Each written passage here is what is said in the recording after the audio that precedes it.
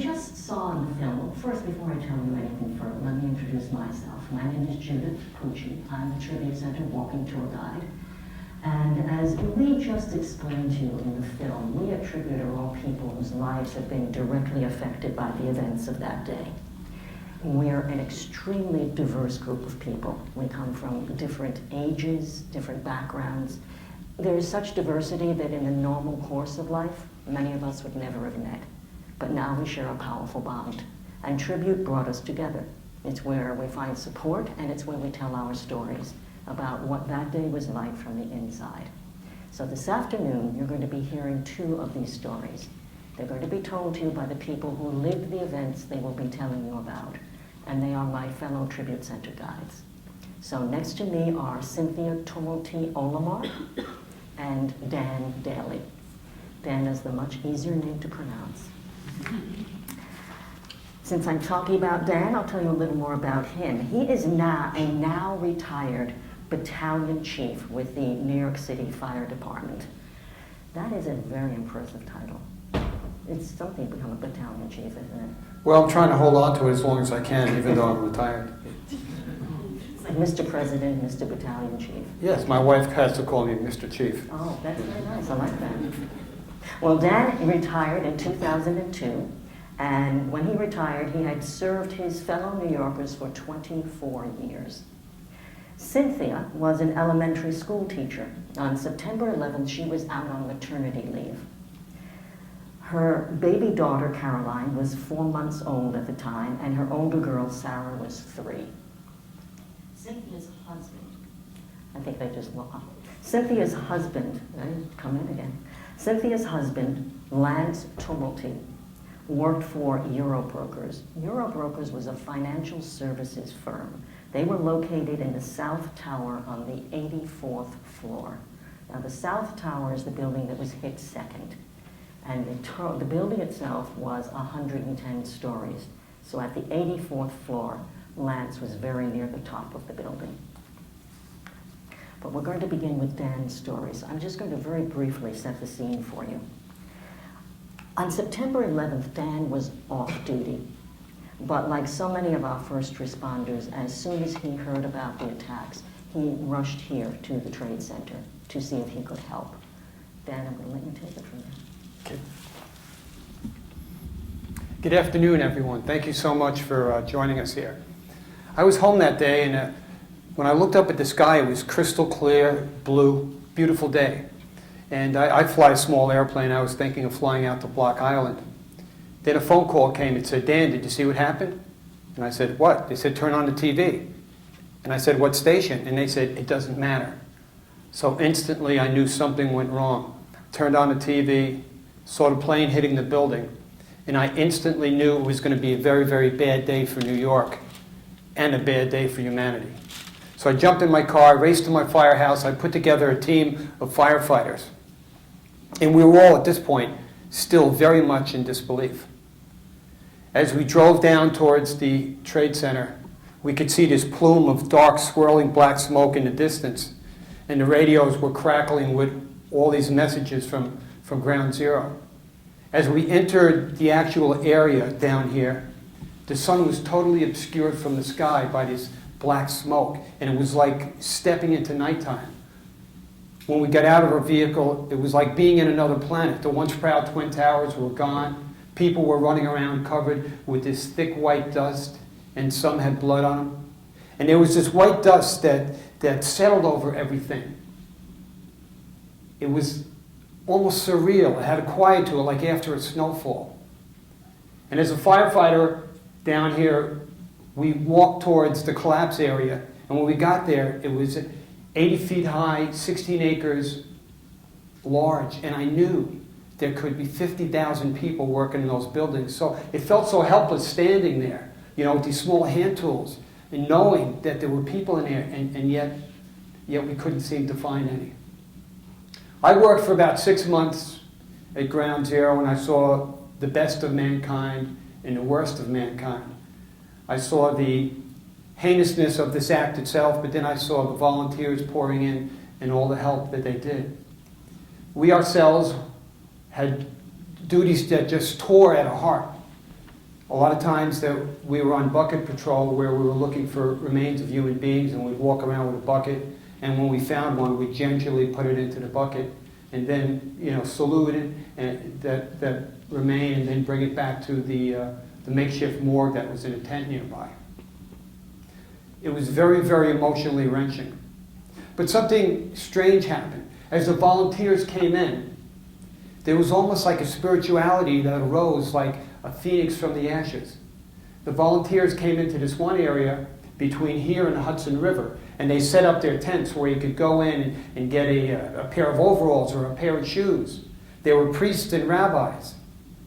And it was just this place that was so beautiful with love and compassion that I called it the City of Angels. And it was such a strange dichotomy because on one side of West Street, you had this scene from Dante's Inferno of hellfire and the smell of death. And then you walked across the street to this beautiful City of Angels where you could have a cup of coffee and a hug. And there was even a cruise ship that came in, a dinner cruise ship, and served meals for 4 months. And you know what that ship was called? The Spirit of New York. Wow. And there was even a little humor there. I remember when the massage therapists first came in and they set up their tables with their clean white linen right out in this disaster area, right? And as we passed by, they'd say, hey, firefighter, hey, rescue worker, how about a massage? How about an adjustment? And of course, the macho ethic is alive and well in firefighting and construction, right? So we'd say, no thank you, I'm just going to have a cup of black coffee and back up on the pile, right? Well, fast forward 3 months later, after everybody was bent over digging in those holes, now you had to wait online for a massage, and you had some of your biggest, burliest people on there waiting. So it really was a very, very tender place. And to me, that really spelled what 9/11 was about coming together in compassion. Remember how it felt afterwards? How everybody wanted to hug their kids and come together, and we just loved one another. And why in New York you could hardly hear a horn blown for a while. I was very moved by this, and I wanted to share it with children, young people, because I thought that they took a big hit. If we thought our world was crazy, what about young people who were just inheriting this planet? So I started to reach out to young people in the area, and was eventually invited to Washington, D.C., where I met Secretary Powell. And they had asked me if I would take my presentation and go overseas to 200 communities. They're having a photo exhibit of 9/11, and they wanted someone to represent that. So I had the opportunity to go to the State Department, lasted about 10 years on and off. But I'd like to share with you a little story when I first started off that inspired me, and to me speaks of the whole event of 9/11.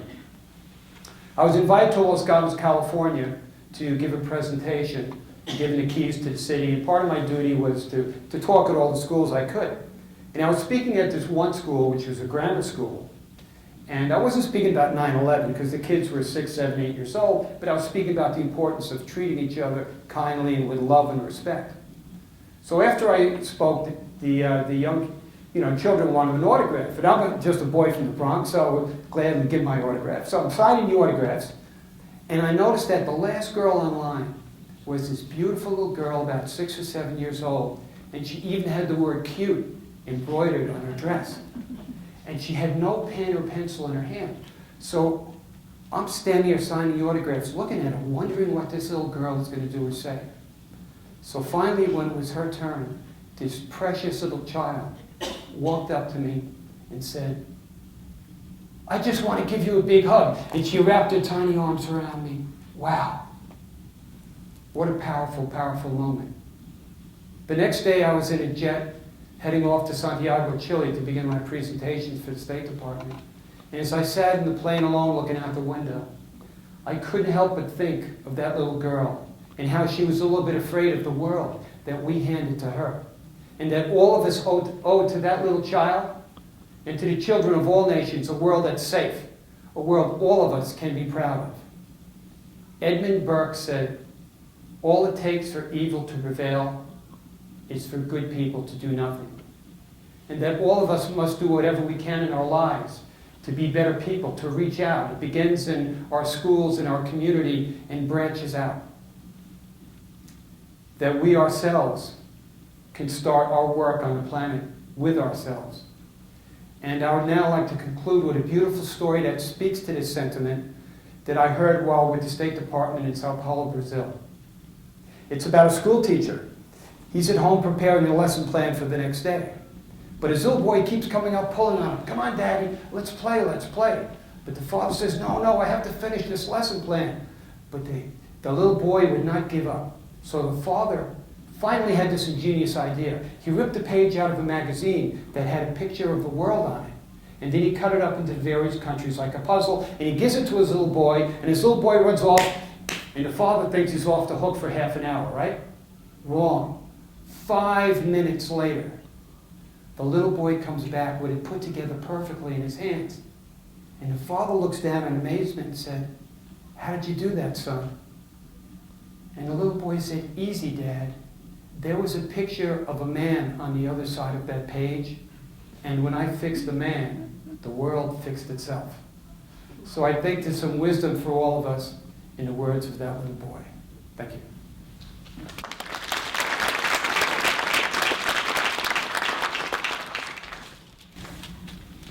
I can give you a number. You may know this number, you may not. It is 343. That is the number of New York City firefighters who were killed on the morning of September 11th. They were not alone. 23 New York City police officers dead. 37 Port Authority police dead. September 11th stands as the worst loss of first responders in a single event in United States history. Now, as first responders like Dan are rushing into the Trade Center, Cynthia's husband, Lance, was one of thousands of people inside the towers who were faced with making life and death decisions. As I mentioned earlier, Lance worked high up in the South Tower. His office was within what we call the impact zone. That means that he was located on a floor where the plane entered the building.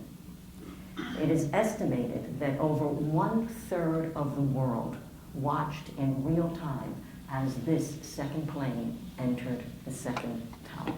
It is the only attack that morning that was broadcast as it happened.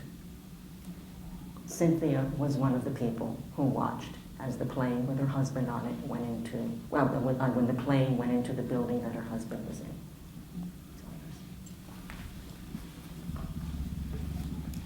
So September 11th was my 3-year-old daughter Sarah's first day of preschool. And as I was getting her ready that morning, and I had my 4-month-old in the high chair, the phone rang. And it was my husband Lance calling me from his office on the 84th floor of the South Tower. And he called to tell me to turn on the TV that something had just hit the other building, possibly a small plane. No one was sure. So I went and I turned on the TV, and I told him it wasn't even on the TV yet. So he said, "Well, I'm fine, and I love you, and I'll call you later." And with that, I hung up the phone, and I went back to getting my daughter ready for school. A little while later, my sister-in-law had arrived to watch my little one, and Sarah and I were heading out the door to go to school. And I was just about to step foot into the garage when I heard the news reporter scream, oh my God, it's a second plane," is what she said.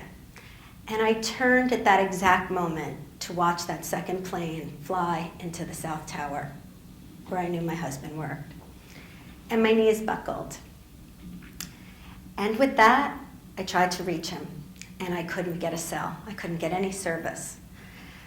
I put my daughter in the car, and I took her to school.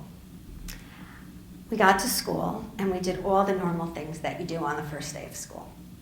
We met our teacher, we visited the classroom, and we took our first day of school picture. And then I waited. I waited for school to be over. And when her school was over, we got back in the car, and we started on our way home. And as we got to our driveway, a little voice from the back seat said, "Mommy, why are all these people at our house?" And I did what I think any mom would do under the circumstances. I lied. And I told her that they were all there to celebrate her first day of school. As I got out of the car, I was met by friends, family, neighbors, all there and wanting to know the same thing. Where was Lance? Had I heard from him? And was he okay? And I really had hoped that he was, because someone that he worked with on the next desk in his office was at my house. I can only begin to describe what happened in those next few seconds, minutes, hours, and then days as controlled chaos, because anyone who was at my house or who came to my house took on a role. My mom's role was to help take care of my newborn daughter. My dad's role was to field phone calls. My best friend's job was to make missing posters with Lance's face on them. My other girlfriends took my daughter Sarah fun places like apple picking and Chuck E. Cheese.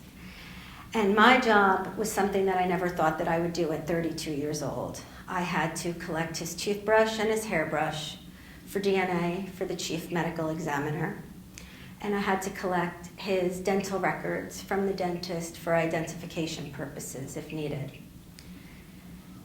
My brother-in-laws, Lance's older brothers, James and Sean, they had the most important job.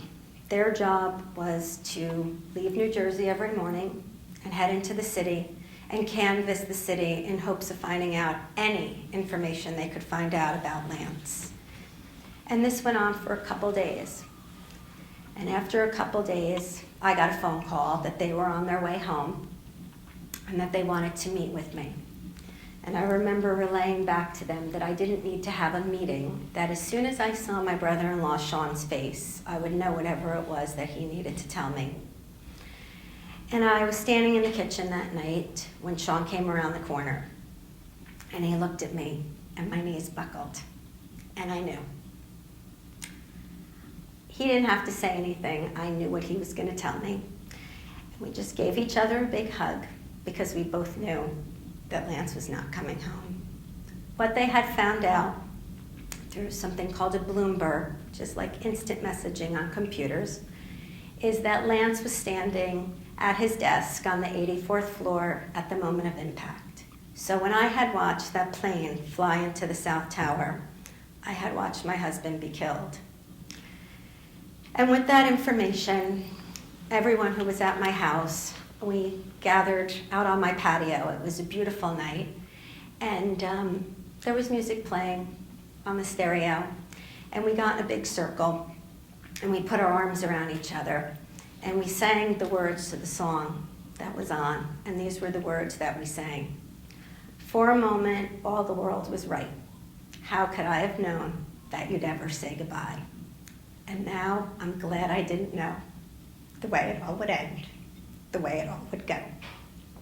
Thank you.